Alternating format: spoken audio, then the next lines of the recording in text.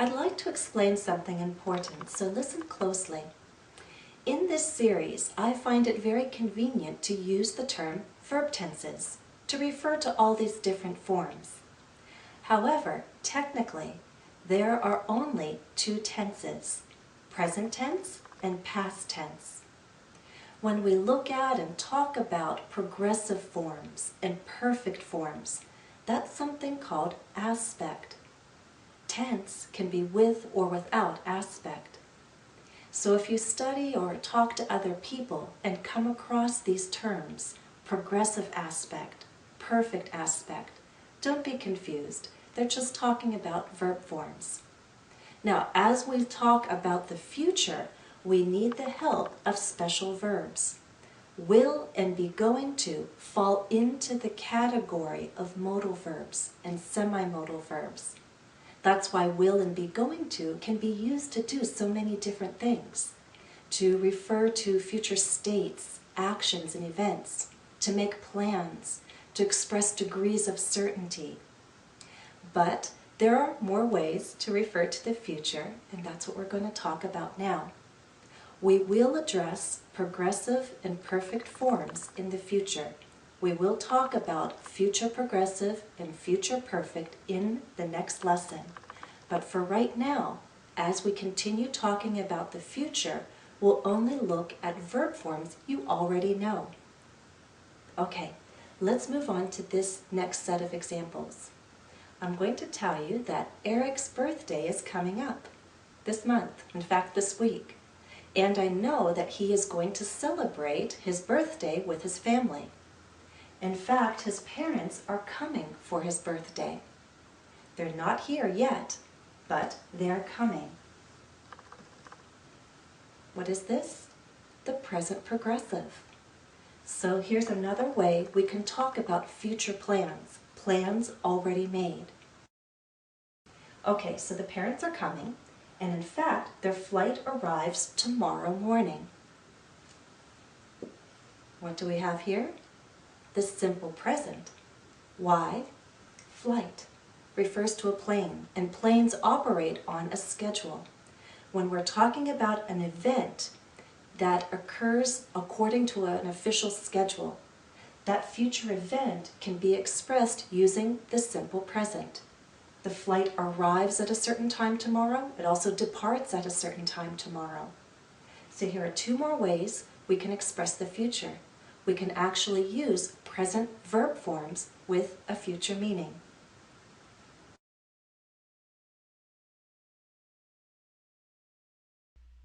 Let me make the difference between tense and aspect a little more clear. Tense tells us about time. In English, we can only really talk about the present tense and the past tense. Why? Because verbs change forms to show tense.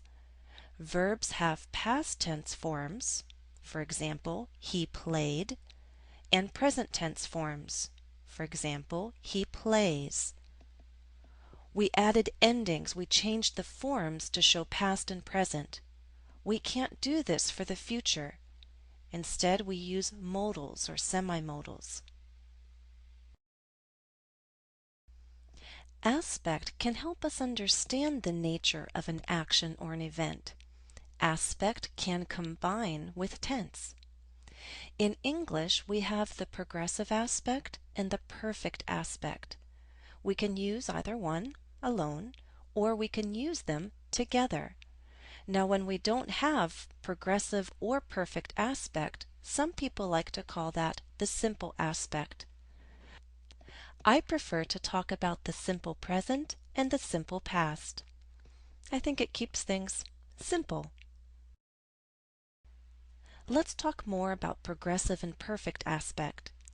The progressive aspect tells us that something is ongoing, unfinished, or maybe temporary.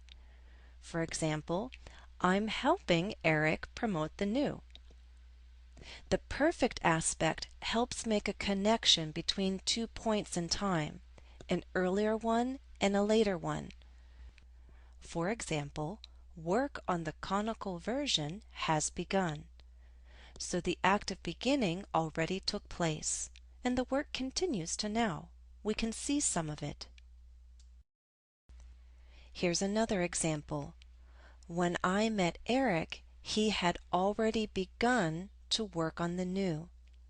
So first he began to work on the new, and then I met him. So is there really no future tense? Well, technically, no. It would be more accurate to say future verb forms, or perhaps we could say ways to express the future. However, for our purposes, I still think it's convenient and fine to talk about the past, present, and future tenses. Terminology, of course, is very useful and important, but even more important is simply understanding how to form all of these verbs and when to use them. So from this lesson, I want you to remember that we can use the modal verb will or the semi-modal be going to for the future, and we can use the present progressive or the simple present for the future. More specifically, we use the present progressive to state future events and plans. So it's very common to use the future with be going to or the present progressive when our plans have already been made. We know our intentions. Consider these two examples. He is going to record the song tomorrow. He is recording the song tomorrow. Both sentences have the same meaning. In both cases, the decision to record tomorrow has already been made. We use the simple present to refer to future events that are on an official schedule of some kind. Earlier, I gave you the example of a plane, a flight. Now let's consider other examples. The performance starts at 8 o'clock p.m. His audition is tomorrow. Let me remind you of another way we use present verb forms with a future meaning. You may recall that we do not use a future verb form in a time clause. Use a present form in the time clause and a future form in the main clause. Let me make this clear through an example. Let's say that Eric is going to perform and he's feeling a little nervous. And I say, don't be nervous about performing. After you play for a few minutes, you'll relax. So the verb in the main clause is will relax. After you play for a few minutes is the adverb clause of time. We cannot use a future verb form here. We use instead the simple present. But we understand that play has a future meaning.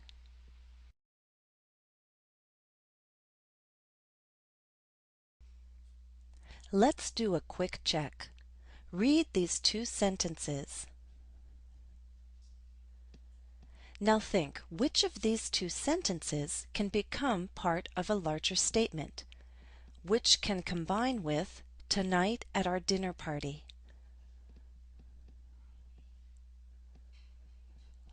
I'll tell you that whatever you don't choose fits into this second larger statement.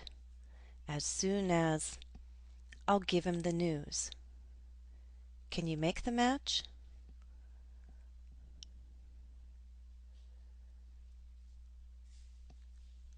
The best choice for the first is I'm seeing him.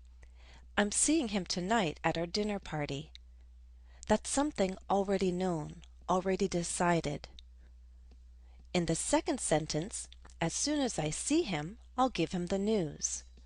We have an adverb clause of time, and the only choice then is to use a present verb form, the simple present. I see him.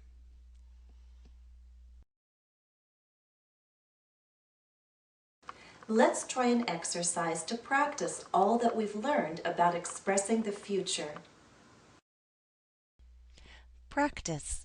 Choose the best form of the verb to complete the sentence. Read number 1 to yourself, and then I'll tell you the answer.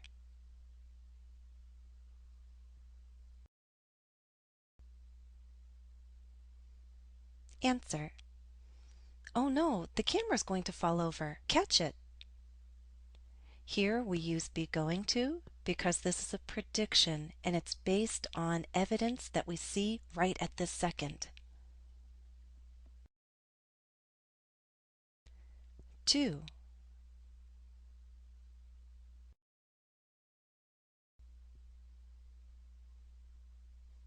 Answer.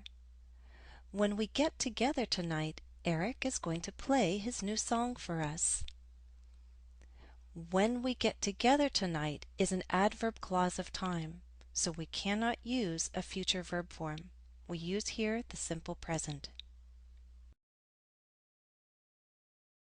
3.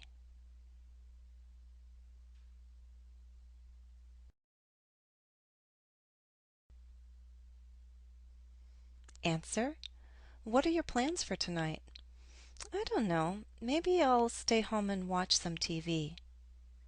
Here, the person is making plans as he or she speaks. 4.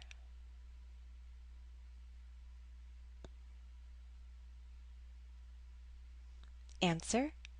What time does the concert start? Remember, a concert has an official starting time, so the simple present is needed here. 5.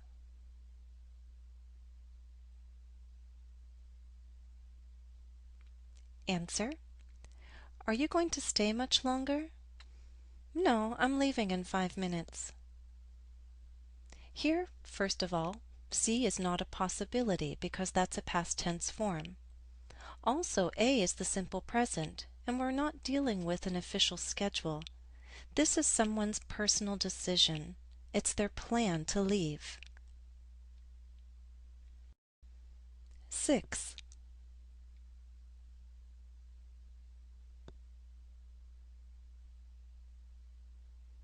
Answer. I have 2 tickets to the opera. Will you come with me, please? This is a polite invitation, so will is our best choice.